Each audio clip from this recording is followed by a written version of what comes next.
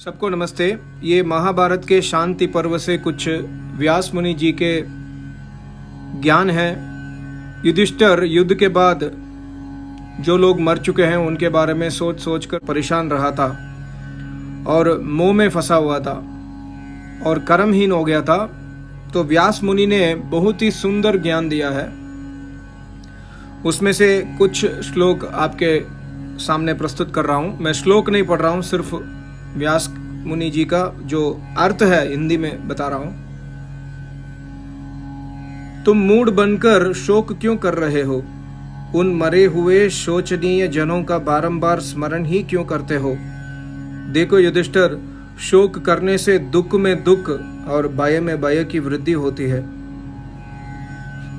यह शरीर भी अपना नहीं है तथा संपूर्ण पृथ्वी भी अपनी नहीं है।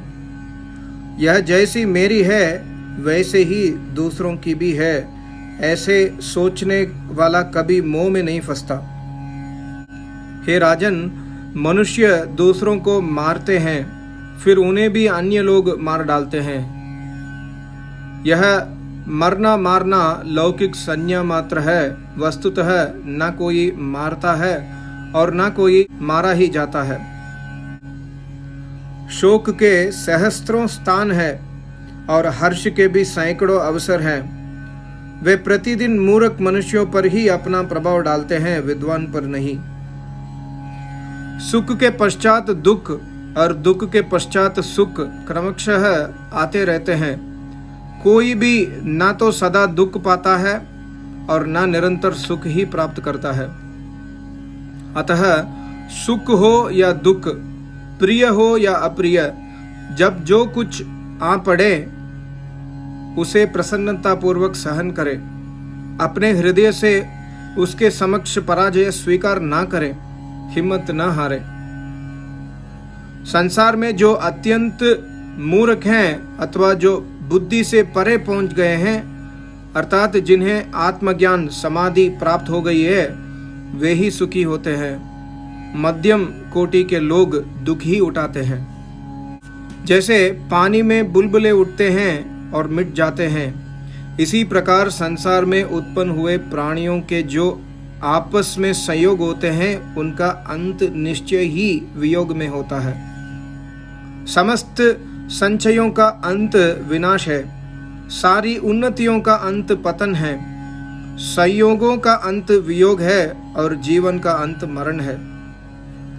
वृद्ध अवस्था और मृत्यु ये दोनों दो बेड़ियां के समान है, जो बलवान और दुर्बल, छोटे और बड़े सभी प्राणियों को खा जाते हैं।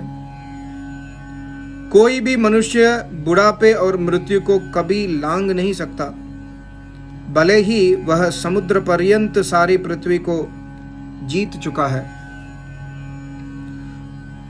प्राणियों को जो सुख या दुख प्राप्त होता है, वह सब उन्हें विवश होकर सहना ही पड़ता है, क्योंकि उसके टालने का कोई भी उपाय नहीं है। अप्रिय वस्तुओं के साथ संयोग और अति प्रिय वस्तुओं का वियोग, अर्थ अनर्थ, सुख तथा दुख, इन सब की प्राप्ति प्रारब्ध के विधान के अनुसार ही है।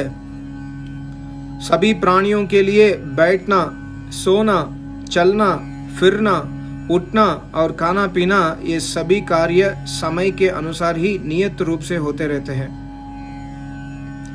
कभी कभी वैद्य भी रोगी हो जाता है, बलवान भी दुर्बल और श्रीमान भी असमर्थ हो जाते हैं। समय का उलट फेर अत्यंत अनोखा है।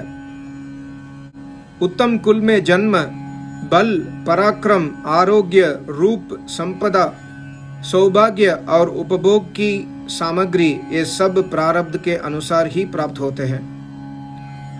जो दरिद्र हैं और जिन्हें संतान की इच्छा नहीं होती, उनके तो बहुत से पुत्र हो जाते हैं, और जो धनवान हैं उनमें से किसी किसी को एक पुत्र भी प्राप्त नहीं होता। विधाता की लीला बड़ी विचित्र है। जिनके पास कुछ नहीं है, ऐसे दरिद्र भी दीर्घजीवी देख जाते हैं। दूसरी ओर धनवान कुल में उत्पन्न हुए मनुष्य भी कीट पतंगों के समान नष्ट हो जाते हैं। संसार में प्रायः धनवानों में खाने और पचाने की शक्ति ही नहीं होती, और दरिद्र लोग लकड़ों को भी हजम कर पचा लेते हैं। विद्वान लोग शिकार और जुआ खेलने, स्त्रियों के संसर्ग में रहने और मद्यपान शराब पीने के प्रसंगों की बड़ी निंदा करते हैं, परंतु शास्त्रों के श्रवण और अध्ययन से संपन्न पुरुष भी पाप कर्मों में लिप्त देखे जाते हैं।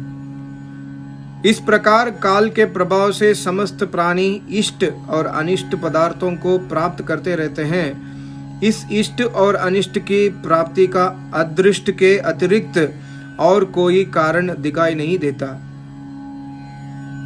सर्दी, गर्मी और वर्षा का चक्र भी काल से ही चलता है। हे नरश्रेष्ठ, इसी प्रकार मनुष्यों को सुख दुख भी काल से ही प्राप्त होते हैं। जैसे समुद्र में एक लकड़ एक ओर से दूसरा दूसरी ओर से आकर दोनों कुछ देर के लिए मिल जाते हैं और मिलकर पुनः बिछड़ जाते हैं, इसी प्रकार यहाँ प्राणियों के संयोग वियोग होते रहते हैं। हमने संसार में अनेक बार जन्म लेकर सहस्रों माता पिताओं तथा सैकड़ों स्त्री पुत्रों के सुख का अनुभव किया है, परंतु अब वे किसके हैं अथवा हम उनमें से किसके हैं? इस जीव का ना तो कोई संबंधी होगा और ना यह किसी का संबंधी है। जैसे मार्ग में चलने वालों को दूसरे पथिकों का साथ मिल जाता है, वैसे ही यहाँ भाई बंधु स्त्री पुरुष और सुहृदों का समागम होता है।